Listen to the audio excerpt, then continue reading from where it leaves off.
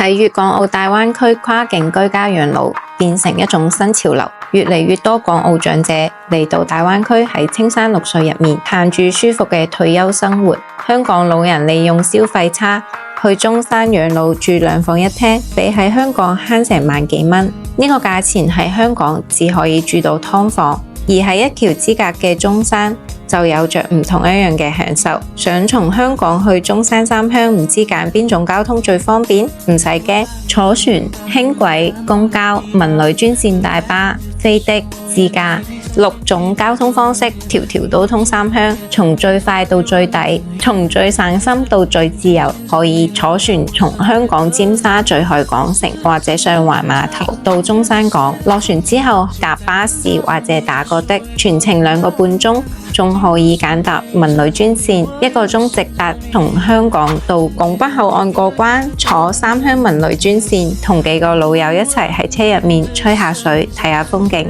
一下就到㗎啦。如果可以自己揸車過港珠澳大橋，隨時往返，超方便。澳門過關都一樣便捷，搭澳門輕軌橫琴線到橫琴出站，出站之後步行去橫琴口岸過關，轉乘 T92 路、K11 路等公交接駁。行動唔方便，行李攞得多嘅老友記可以從拱北口岸過關之後打部飛的，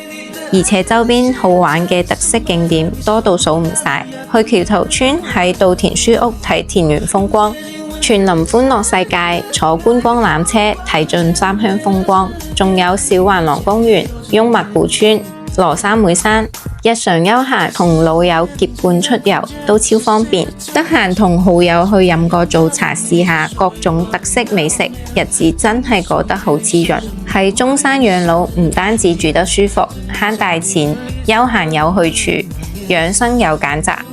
粵語相通，飲食相近。港澳長者過嚟，完全可以適應咁樣嘅跨境養老生活，真係正到痹。隨住大灣區不斷發展，越嚟越多港人選擇北上創業同生活。喺咁樣嘅大趨勢下，更加係大灣區深度融合發展嘅關鍵所在。